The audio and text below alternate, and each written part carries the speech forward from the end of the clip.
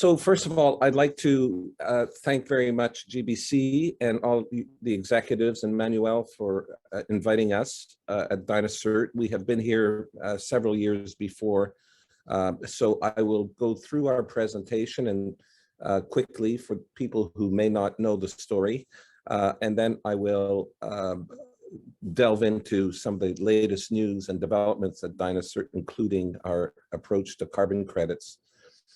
So we at dynaCERT, we're a public company. Our slogan is we're a global solution to reduce pollution. And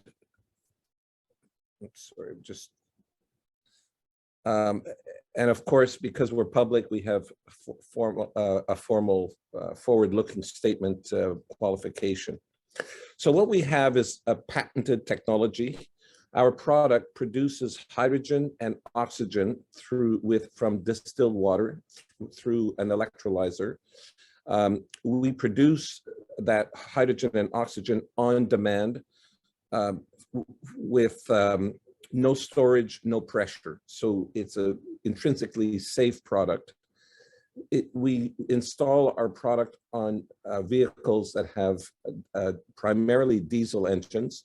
So as a result, we draw power to do the electrolysis from the alternator of a truck or the power, the electrical power of an engine's battery. We deliver the gases, the hydrogen and oxygen, through the air intake of the combustion chamber of the diesel, and technically, it's intrinsically safe, and we can apply this on trucking, on trucks, mining equipment, generators, refrigerated trailers, construction equipment throughout the world. Our technology not just reduces the particulate matter or black smoke, but also reduces the need for high amounts of diesel exhaust fluid and reduces increases the time of diesel particulate filters.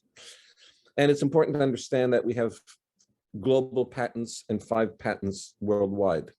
So you can see here in the picture on the right, the black box that's our typical unit, which I'll talk about a little bit better in a few minutes. It's about the size of a Hermes travel suitcase, and it installs quite easily on trucks. We have spent $90 million already. We've been in existence for 18 years, but we continue to have a full R&D department. We have scientists and engineers full-time, in-house, in our premises, continually making improvements in our technology.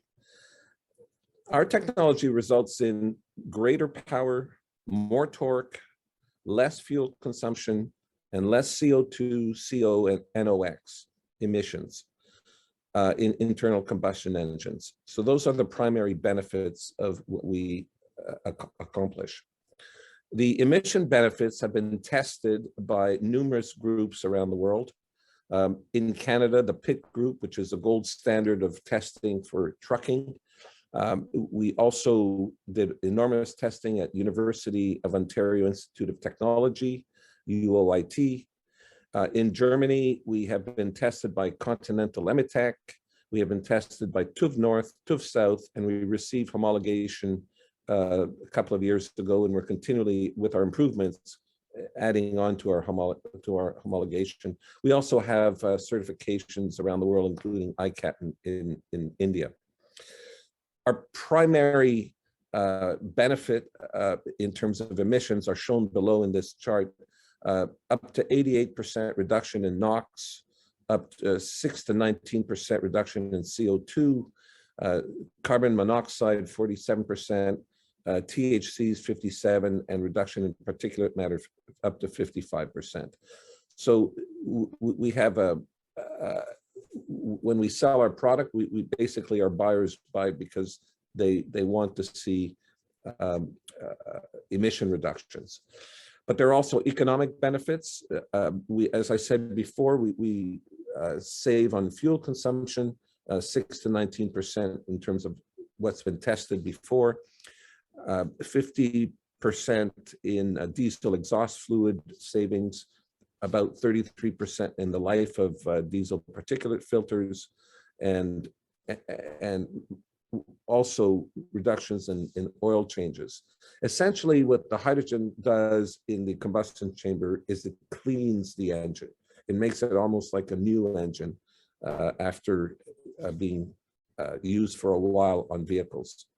So we have a full product line. On the left, you can see our HG2 series. That is, in terms of size, that's probably the size of a box that would have a Jeroboam in it. The HG1 was the one you saw on trucks, the white box here. We have different models, so some are white, some are black, some are metal, some are plastic. And we've also, for the larger engines, the large trucks or construction vehicles or mining vehicles, we have the C series. And those yellow boxes you see on the right, they would be the size of, I like to say, a Louis Vuitton steamer trunk.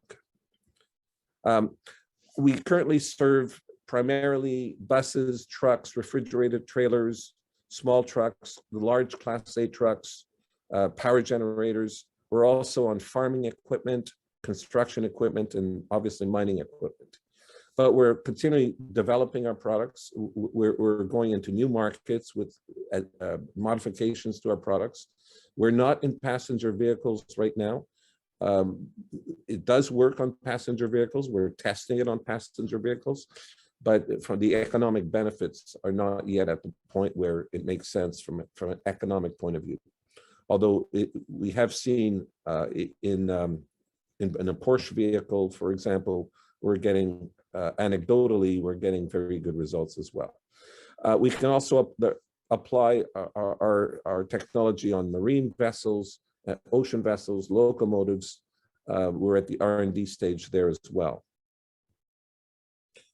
Market size, there's a billion, we estimate there's 1 billion internal combustion engines that operate around the world. Many of them, a large percentage of these are diesel engines. So our current applications technically has a 1 billion market potential. Our smaller unit, the HG2 model, it applies to more smaller trucks, more smaller diesel engines. So on refrigerated trailers, for example, those small diesel engines are, the HG2 model is very suited for that. So you can see we have a large potential audience.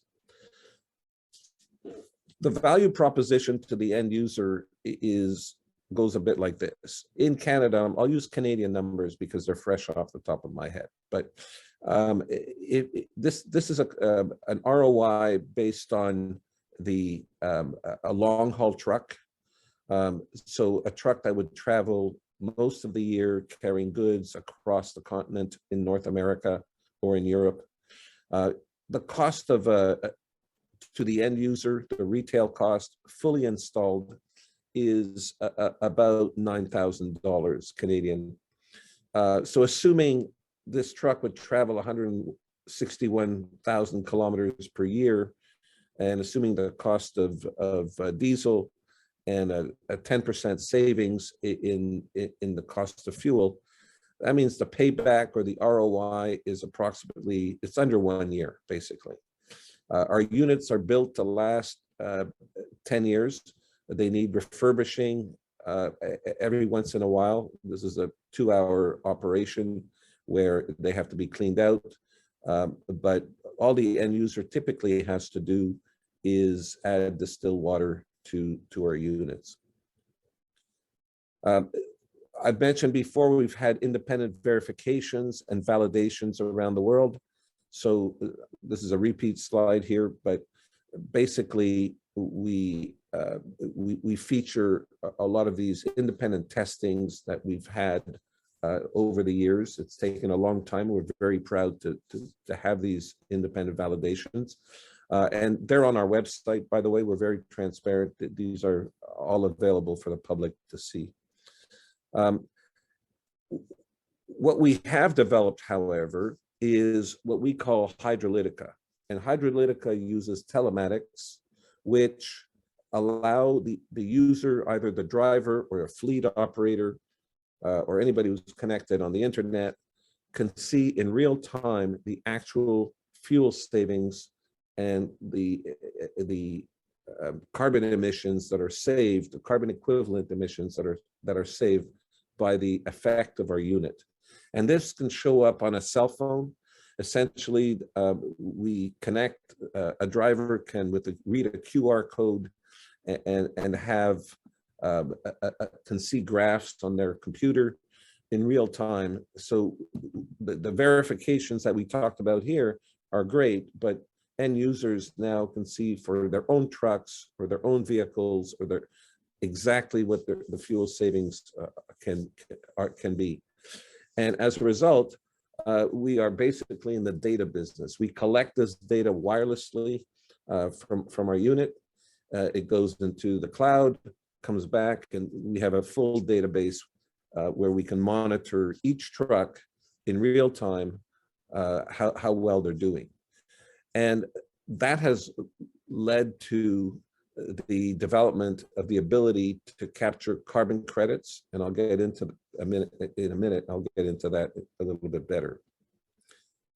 So our business model is global.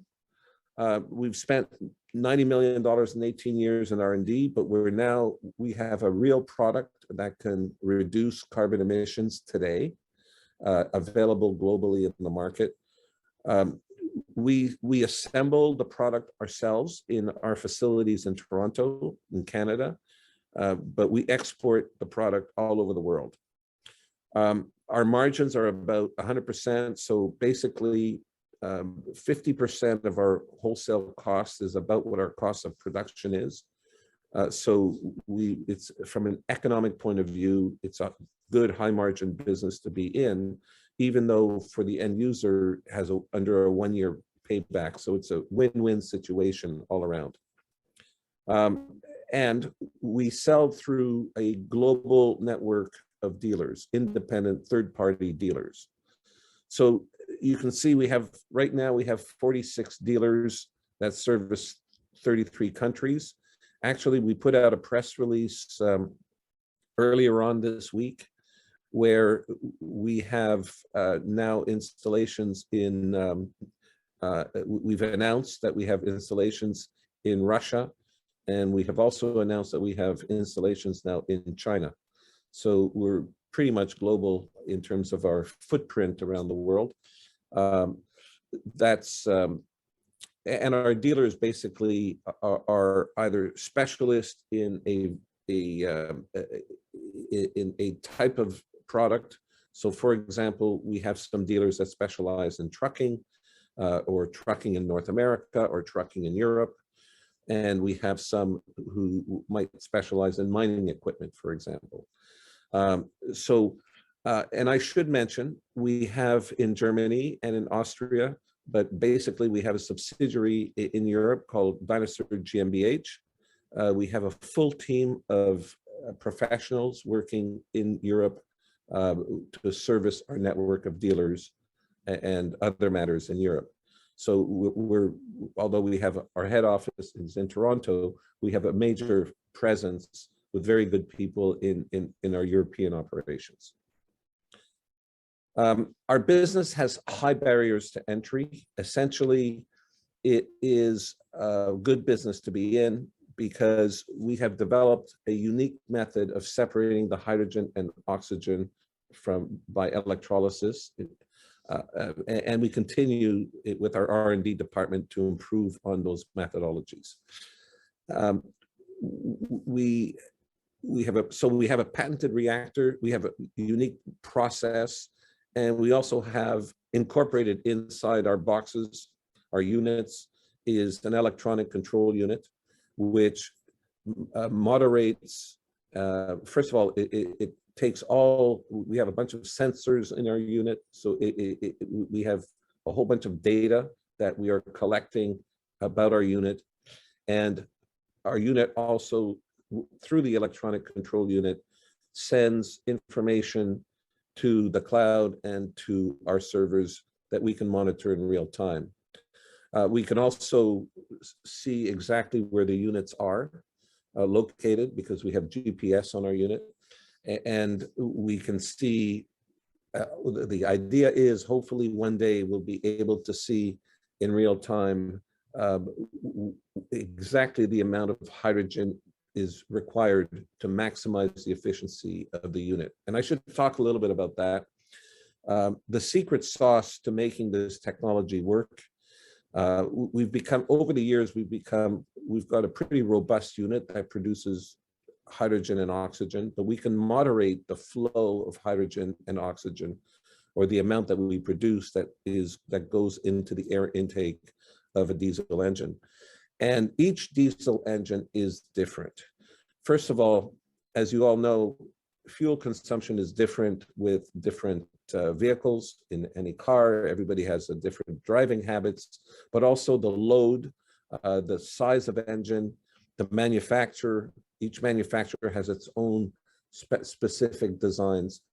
So what makes us competitive and unique is that with the millions of miles or kilometers of travel and data that we have collected, we have learned, and we're continuing to learn over time, how much hydrogen is required to improve the efficiency of an engine. And it's not that easy, because if you put too much hydrogen, it doesn't work. You don't get the fuel efficiencies. And if you don't put enough, it doesn't work. So there's that sweet spot right in the middle, which is the intellectual know-how, so to speak. And adjusting that flow can be done either remotely through our computerized ECU system. So it's a long way of saying we can actually adjust the flow of hydrogen and in our shop, basically. And that's how we maximize fuel consumption in particular engines. We have just under 400 million shares outstanding. And you can see our cap table here, approximately 100 million market cap. We have a very liquid stock. We're listed on the Toronto Stock Exchange, the #1 exchange in Canada. We're also listed in the US on the OTCQX. We're listed in Frankfurt, and we trade on a number of platforms in addition to that in Germany, as well as in Canada on all the new electronic platforms. So we have, we say here we have an average daily volume of 1 million shares, but it's been as high as 10, 15, 20 million shares when we put out news sometimes. And it's quite a bit of variance, but there's relatively good liquidity in our stock.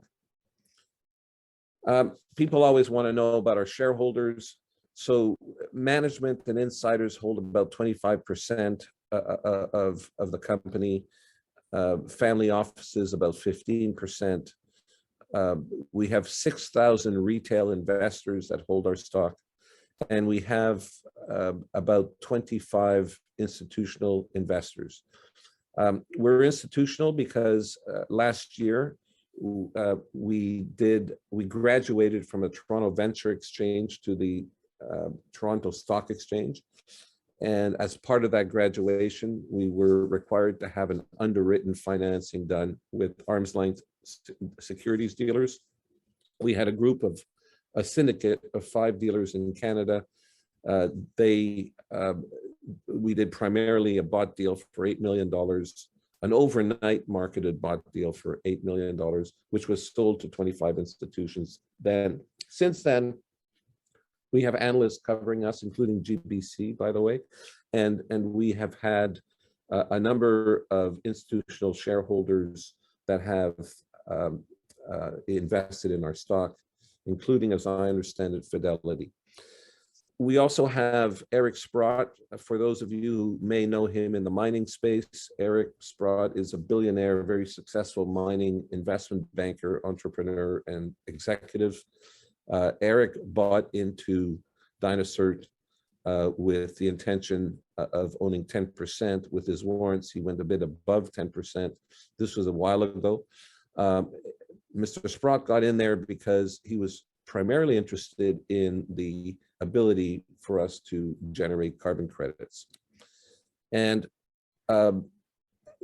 this is a comparison of, this is an idea from Julien Desrosiers, by the way, of GBC. How do you value a dynaCERT stock, a company that's in a situation that has a potential to grow exponentially? And Julien looked at the skirts that we see, or the aprons we see on long-haul trucks. And if you go back 10 years ago, you would, or 15 years ago, you would hardly see any of these on the road. There was a lot of market resistance and resistance to adoption of skirts on trucks. People didn't even believe that it worked. So to give you the economics of that, a skirting costs $3,000 to install, and they save approximately, they claim they save 1% fuel. Our unit costs, say, $9,000 or a little bit under $10,000, and we claim 10%. So for basically, it's 1% for every $1,000. So by comparison, our technology would be 3 times better, a better business proposition than for these skirts, where we see now about 90% market adoption in North America, at least. Almost everywhere you see this. And it's taken about 10 years for the trucking industry to adopt this. Yeah, we'll talk a bit more about carbon credits, and I see my time's running, so I'll go through it and leave it to questions. But one long-haul truck, such as this one, traveling during the year, can create about $2,500 of carbon credits, assuming $60 per carbon credit, and assuming a 10% fuel savings. So, of course, that would vary by truck, but that is a substantial amount of money for someone who buys the unit for $10,000. Our proposal to investors is dynaCERT will, once all this is established, dynaCERT will share 50% of that carbon credit and give the other 50% to the end user to motivate the end user and reduce their cost. What we're finding recently is that end users are saying, don't give me the money, give me the carbon credit. And why are they saying that? Because it's very important to end users to be able to say a lot, especially in the logistics business and the transportation business. A lot of corporations are now saying to us, we want to be seen as ESG. We want to do something. We want to offset our greenhouse gas emissions on our balance sheet or in our operations, which are now being reported in some financial circles. So they're quite interested now. We're hearing more and more that this has become probably the most attractive feature of where we're at. We've just announced this morning that Verra, which is an international organization which certifies voluntary carbon credits.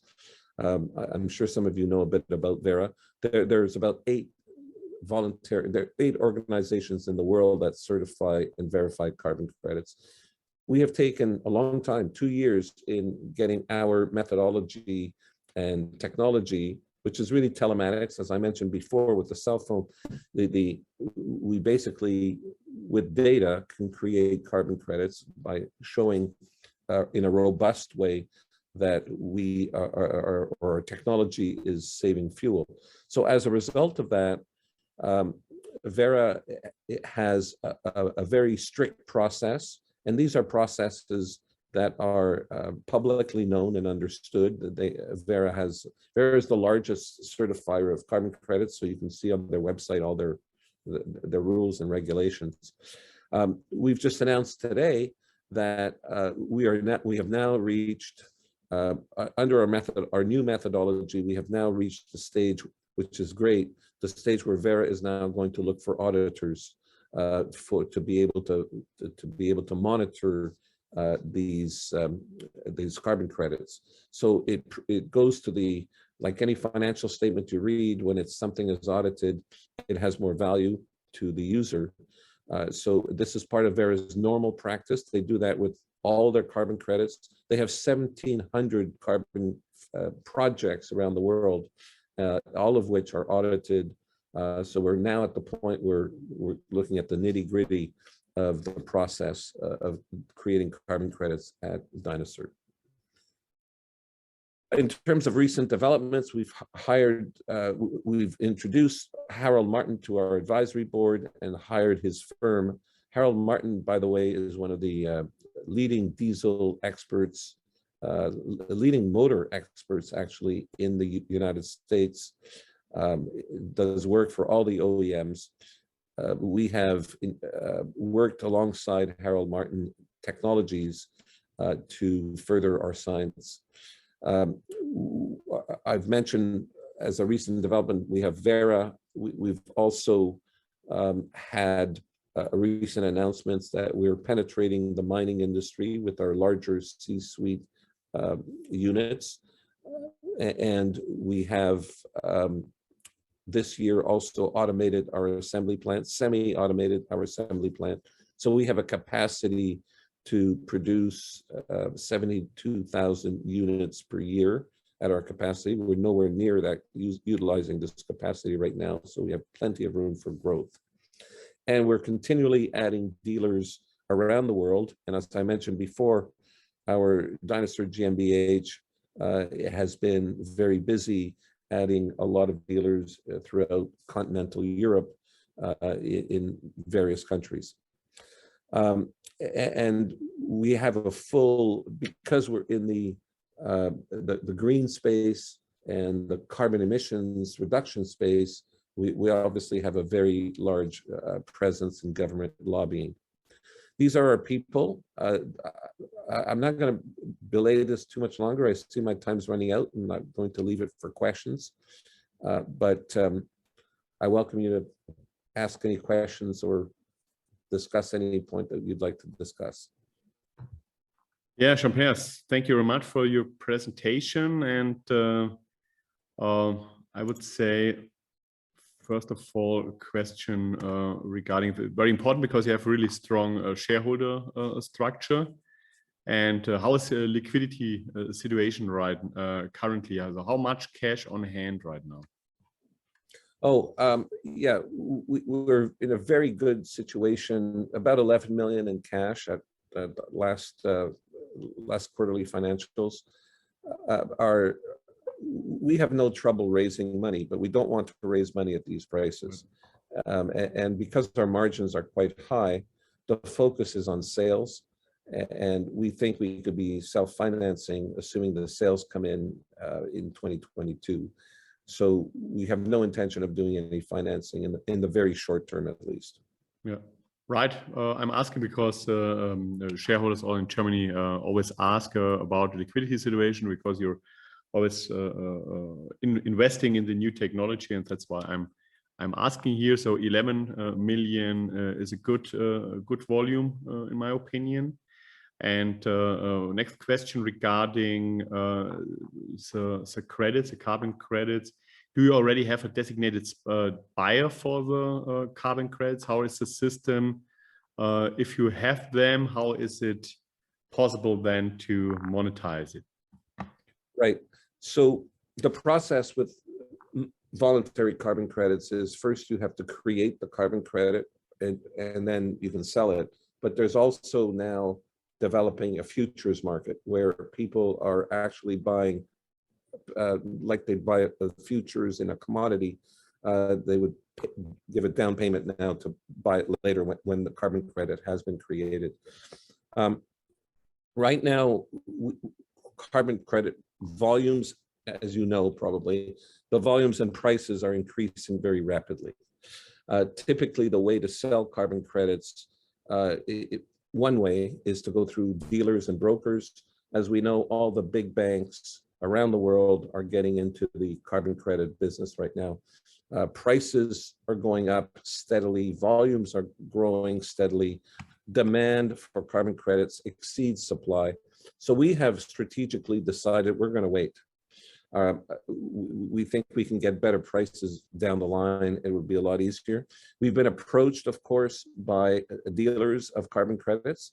I get calls quite a bit. People are asking us. We're open to discussions, but so far, we strategically, we think the world of carbon credits is about to mushroom, just like fintech or cyber currency. This will be a big financial product, and so we're not in a hurry to sell them right now. Right.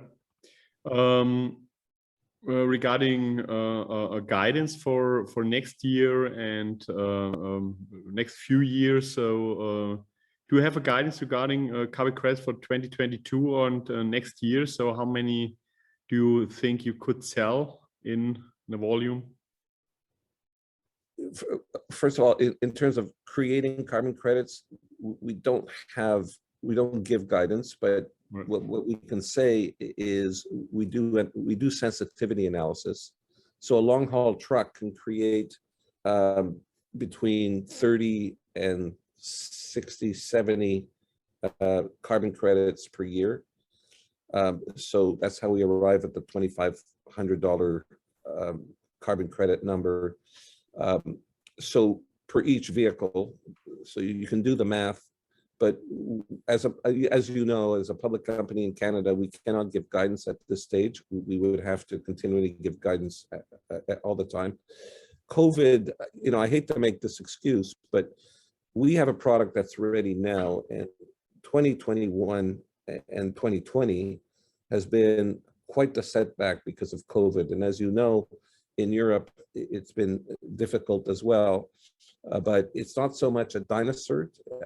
Yes, we've had very, very good employees and people we've managed COVID internally in our shop, but the supply chain of product has slowed down and the installations have slowed down with our end users. As you know, in the transportation business is running right now at full capacity. A lot of logistics companies don't have the time to make installations. So we're not prepared right now to give any guidance, I'm sorry.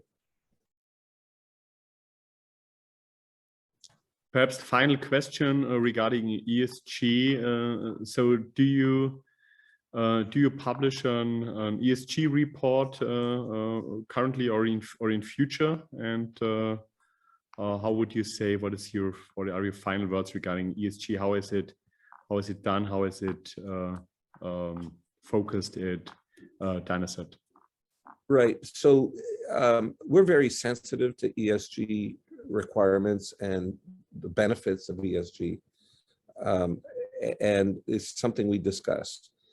We do not have right now a formal ESG report, but we certainly are discussing it and have been and thank you for the question, by the way, because this is something that we believe is very important, not just because of the space that we're in, but because we're a public company and it's a good thing.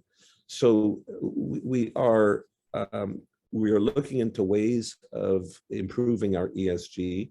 And as you know, we get rated by Glass Lewis and ISS in Canada on ESG matters. So our corporate governance committees are certainly looking into that aspect. And we realize we have a long road to go in ESG, in reporting ESG, but also implementing ESG policies. On our website, we have a number of corporate policies which touch on ESG, but we certainly are focusing on that for the future. But it's a good question, and I thank you for it.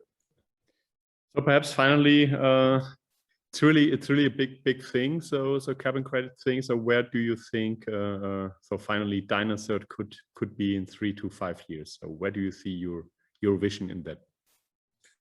So there's two things about what we're doing at dynaCERT with carbon credits. One of them is for our own carbon credits, we want to have be ready so that as we deploy more units out in the field, we can earn more, we can have them develop carbon credits. I'm not going to give a projection, but I can tell you that our capacity, our plant capacity is 72,000 per year. So if we were running at full capacity, you could do the math. The numbers are astronomical. I'd sound like a two-bit promoter and not very professional if I launched these numbers out today. We don't have the historical evidence to justify the kind of projections we would make, but that's why we're at dynaCERT, and that's what we believe. We believe this is going to be exponential growth, and that's why everybody at dynaCERT is dedicated to making dynaCERT grow. So I point to our board of directors has authorized and the capacity building of our assembly plant. We're geared up with, as you can see on the screen, 46 dealers globally, and we're growing that in Europe and around the world. So we're behaving like we're a Fortune 500 company. In terms of how that impacts carbon credits, if you look at $2,500 at $60 per carbon credit, at $2,500 per vehicle times 72,000 vehicles, you can do the arithmetic. I'm not predicting this, by the way. I'm not giving guidance on this, but that's the kind of math you could do. Yes, no problem. We will do next research. So Jean-Pierre, thank you very much. I think so. Thank you very much for being here and presenting the company at the MKK. So was a final presentation today. So I wish you all the best. We wish you Merry Christmas and also all the best to Jim. And hopefully we will see each other in person next year. So wish you all the best.